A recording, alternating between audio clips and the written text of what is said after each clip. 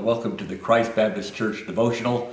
And we're finishing the book of Genesis. We're on our last chapter here, Genesis chapter 50. And that means we'll have covered 50 whole chapters in the book of Genesis, going through just a picture of God's faithfulness all the way through from creation to the fall to just essentially redeeming humanity through choosing Abraham out of just all the pagan nations on the earth and making a promise to him that God has been faithful to keep all the way through, despite the unfaithfulness of Abraham and all of his children and what happened. And they weren't totally bad and wicked in every way, because they did try to follow the Lord, but they had their own sinful tendencies, and we saw them go through that. And now we've just covered the life of Joseph, and we're at the very end of Joseph, and we're going to see all the way to the end of the death of Joseph here in Genesis chapter 50. But as we've covered in Genesis 48 and 49, it's the last day of Jacob, and Jacob gave blessings to his sons that were appropriate to them. That's what we found out in Genesis 49. Now we stopped in verse 27. We'll pick right up here now. Actually, in verse 29, we'll pick up here and go all the way through chapter 50 and really find out what the central theme of Genesis really is, what the book of Genesis can be about. We think it's about Abraham, or we think it's about creation, or we think it's about all kinds of these individual things that are involved, but there's actually a greater principle, a greater picture, and you guessed it, it's about God. And something very specific about God is found in Genesis 50 that sums the entire book and really sums the entire Bible. We can see this. And I'm going to show you, we're going to take a look, and let's just get into the context right here of Genesis chapter 49, verse 29. And Jacob has just given all of his sons a blessing appropriate to them. Verse 29, then he charged them and said to them, I am about to be gathered to my people.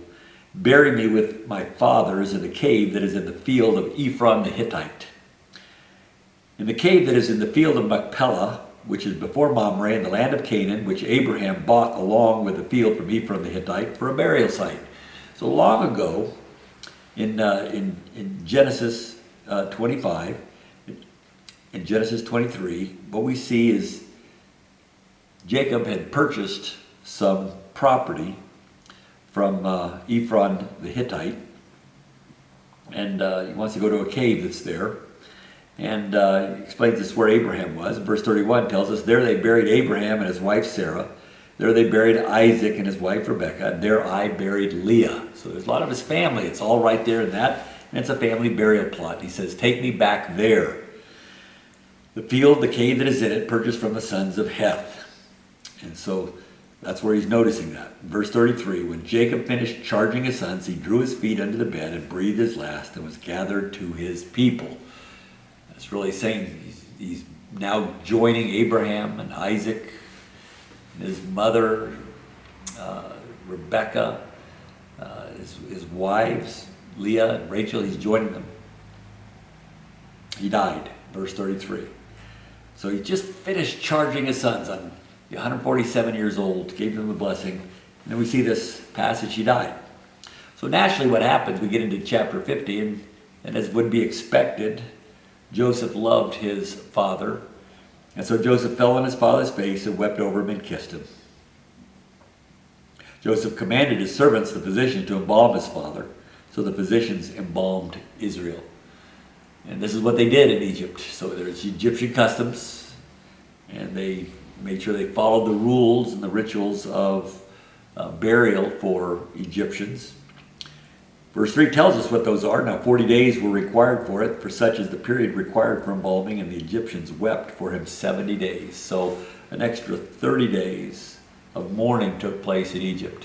That's how much they were known. He was in Egypt 17 years. That's a lot of mourning. And mourning on behalf of Joseph and what Joseph has done for the country, as well as Jacob, and just what they have demonstrated in who they are as children of God, different than the Egyptians, separate. This is a huge amount of mourning that took place. Verse 4, when the days of mourning for him were past, Joseph spoke to the household of Pharaoh, saying, if now I have found favor in your sight, please speak to Pharaoh, saying, my father made me swear, saying, behold, I'm about to die, In my grave which I dug for myself in the land of Canaan, there you shall bury me. Now therefore, please let me go up and bury my father, then I will return. Pharaoh said, go up and bury your father as he made you swear. So Joseph went up to bury his father, and with him went all the servants of Pharaoh, the elders of the household, and all the elders of the land of Egypt. So it was a big procession. And Joseph had to go and get permission from Pharaoh to leave. Joseph was actually integral to the safety of the country, the security of the country, about what he was doing and what he did with all the famine and storing up the grain and getting all the wealth, and now the recovery Joseph was heavily involved with. So he went and got permission from Pharaoh, and Pharaoh said fine, which is an interesting precursor to the book of Exodus, where Moses asked the very same thing. Let me go up and go to the land where I can worship my God. And Pharaoh said, no, absolutely not. I have no idea who you are. You can't do that. You need to come and work. But this Pharaoh, because of how they were graced in, the blessings came in that we learned, the blessings of Jacob. Those who bless you, I will bless. Pharaoh was blessed, and so he was very much had a great relationship with Joseph, saying, go up, bury your father as he made you swear. And he knew Joseph was coming back. Joseph was a man of integrity. He wouldn't change his word. And so verse 8 tells us that all the household of Joseph and his brothers and his father's household, they left only their little ones and their flocks and their herds in the land of Goshen. There also went up with him both chariots and horsemen, and it was a very great company. When they came to the threshing floor of Atad, which is beyond the Jordan, they lamented there with a very great and sorrowful lamentation. And he observed 7 days mourning for his father. Now when the inhabitants of the land, the Canaanites, saw the mourning of the threshing floor of Atad, they said, this is a grievous mourning for the Egyptians. Therefore it was named Abel Mitzrayim, which is beyond the Jordan. The meadow of Egypt, it was named. The mourning of Egypt. And when they came into Canaan with all their company, they had 7 days of mourning again. That's how sad it was, because here it is, Jacob never got to see really fulfillment in the land of Canaan. He lived in it for a while, but had to leave. And so there's mourning for all kinds of reasons, and just brought back all those emotions of losing your father. But at 147, so he couldn't see, he was in probably a bit of pain. And just all those memories that come back, family memories of all the turmoil that took place. And so the Canaanites who were there saw that mourning, and they're like, wow, we've never seen anything like this. So the Egyptians said, wow, we've never seen anything like this. And now here, Canaanites said the same thing. So verse 12, thus his sons did for him as he charged them. So they were obedient children. They understood what Jacob's command was, or his request, his final day, and they did that. They brought him back to the land of Canaan to bury him. Even though he was embalmed, they brought him back. For his sons carried him to the land of Canaan and buried him in the cave of the field of Machpelah before Mamre, which Abraham had bought along with the field for a burial site from Hebron the Hittite. After he had buried his father, Joseph returned to Egypt, he and his brothers, and all who had gone up with him to bury his father. So all the sons, 12 sons, they came back into Egypt. And then we see something interesting in verses 15 to 17. Verses 15 to 17, Joseph's brothers had made their way back now into Egypt. All of them had come back. We see that in verse 14. Joseph and his brothers had gone back to bury him. After burying his father, came back in Egypt. Now, the brothers started talking to each other.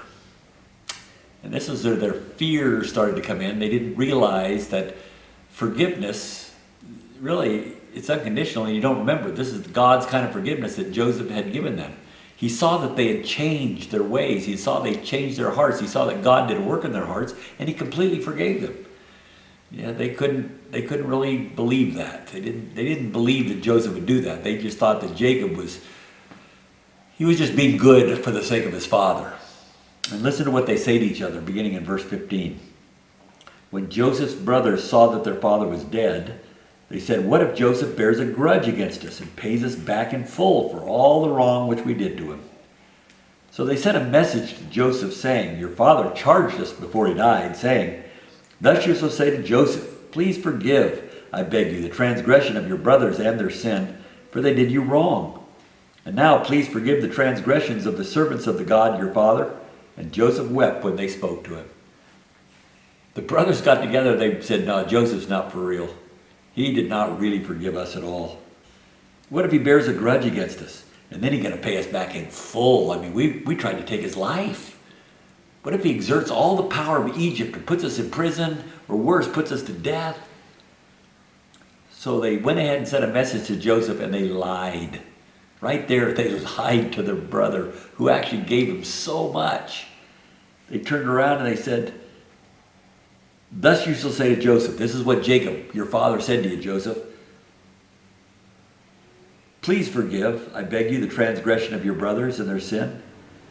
For they did you wrong. And now please forgive the transgression of the servants of the God of your father. And Joseph wept when they spoke to him. So they're trying to say that Jacob told them that they're supposed to tell Joseph, please forgive us, I beg you, the transgression of your brothers and sin. And they're trying to say that this is what Jacob is saying. Their father, not what they're saying. They're not saying, oh, please forgive us, your brothers. No, they're saying, your dad, your father said, oh, please forgive your brothers.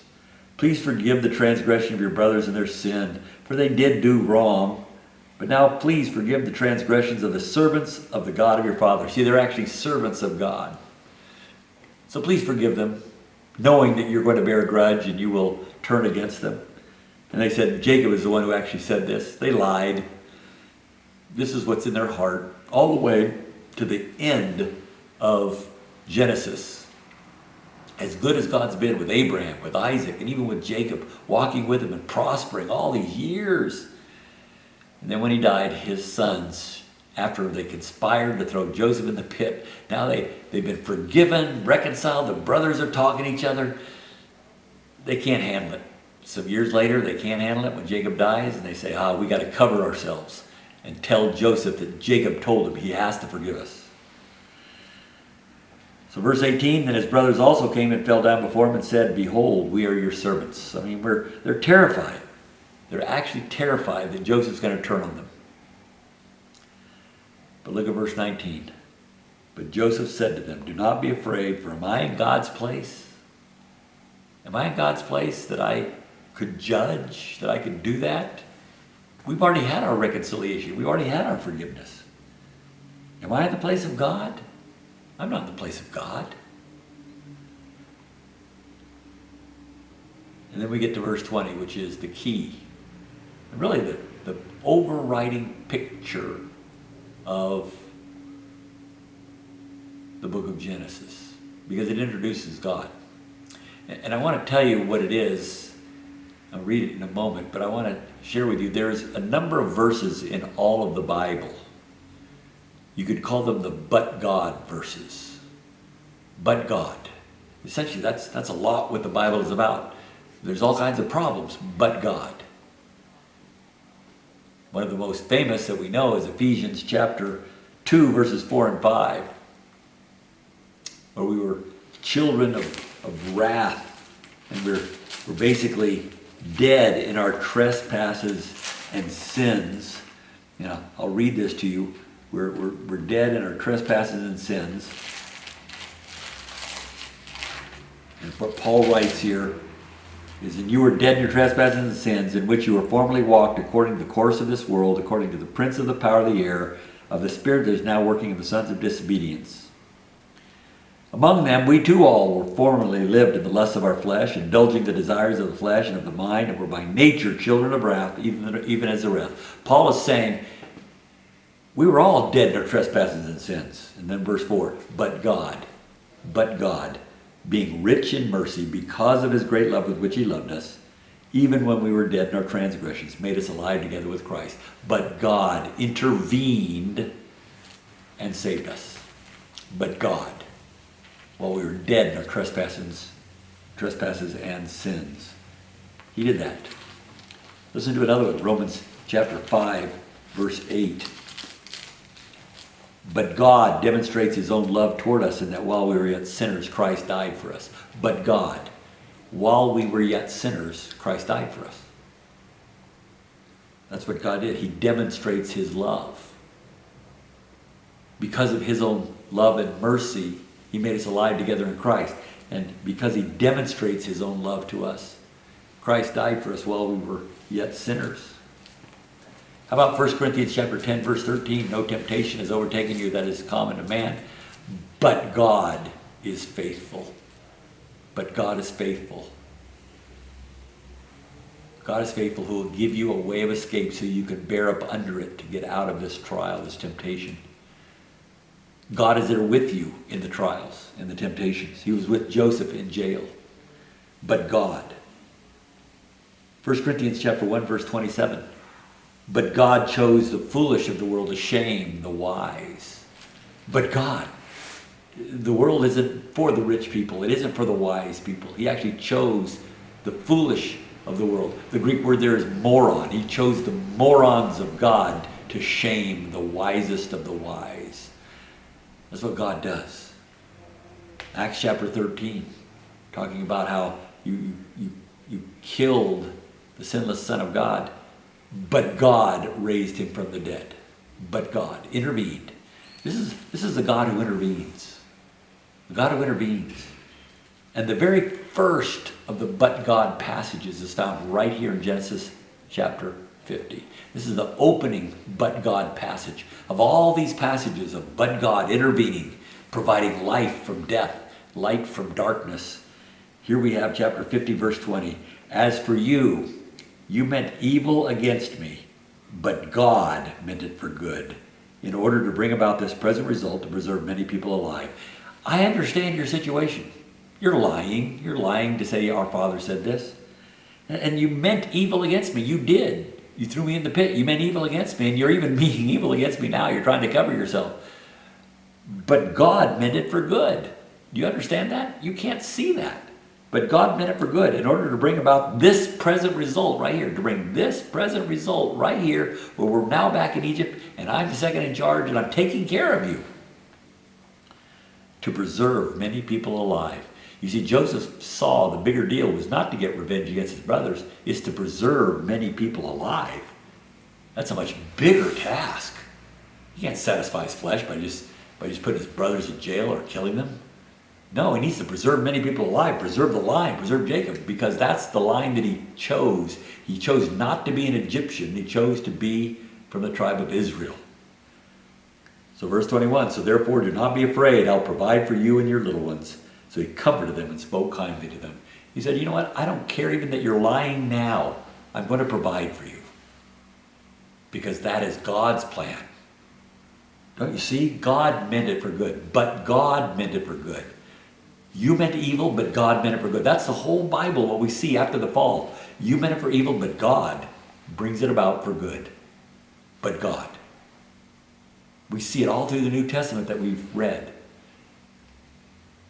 Dead in their trespasses and sins, but God.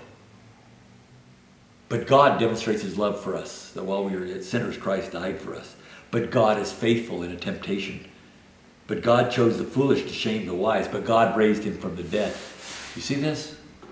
It's all about, but God intervenes. That's Genesis. There's a fall, but God gave them skins. There's a flood, but God provided a boat. There's complete wickedness on the earth, but God intervened and separated them by language. There's nobody on the planet, nobody on earth that would ever worship God. They all worshiped idols, but God intervened and spoke to Abraham. They couldn't have children, but God provided the child of promise.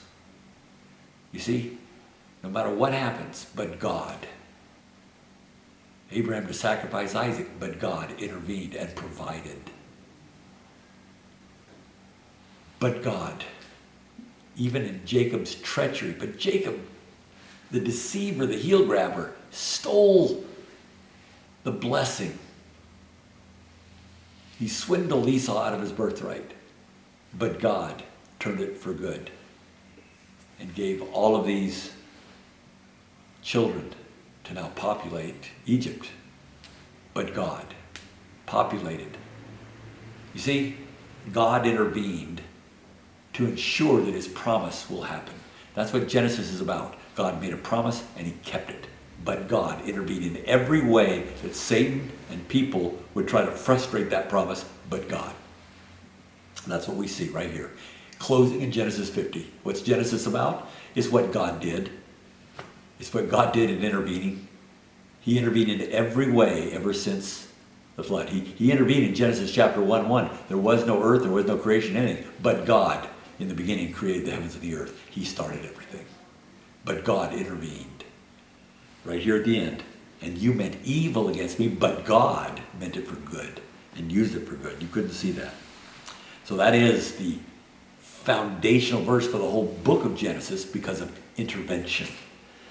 Well, we conclude here with the death of Joseph. Now, Joseph stayed in Egypt, he and his father's household. Joseph lived 110 years. That's the youngest of all the deaths that we've seen in the life of Abraham's family.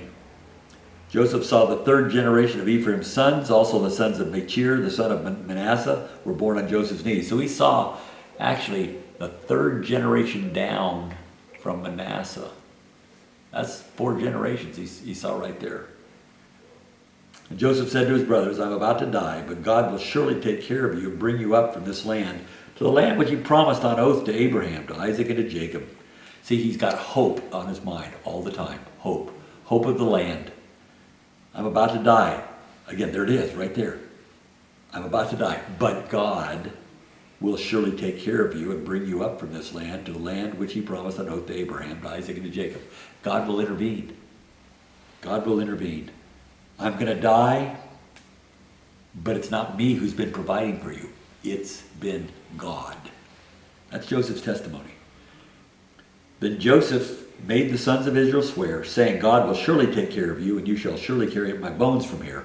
So Joseph died at the age of 110 years, and he was embalmed and placed in a coffin in Egypt. And we saw in Genesis chapter 48, 49, they took his bones in Joshua.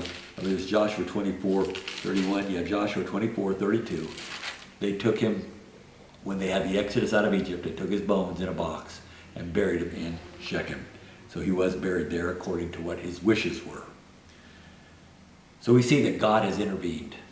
So I just ask us, have you seen God intervene in your life? Have you had a but God experience, knowing that God is good? The Bible's so filled with but God intervention for good. It's so difficult to understand why people get angry at God or the idea of God. That's how wicked our hearts are. We so want to be God, and think we ourselves are God, that we have everything in order, and we don't stop to think. Look how good God is. He intervenes continuously over and over and over to give us life from death, to cause what's considered to be fools actually shame the wise in wisdom.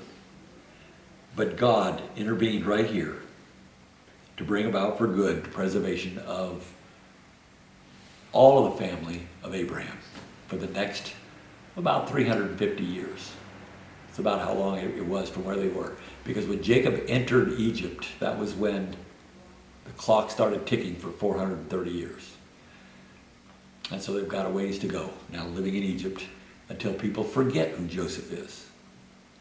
And they put them to the task, and now we'll have another but God moment in Exodus. But that's for another time in the book of Exodus, when we get there. So for now, we've covered the whole book of Genesis and covered Genesis chapter 50. When you want to see what the idea of Genesis is, of what God's been doing, Genesis chapter 50, verse 20. You meant it for evil, but God meant it for good. Well, that takes us to the end of Genesis, in Genesis chapter 50. Thanks for being with us.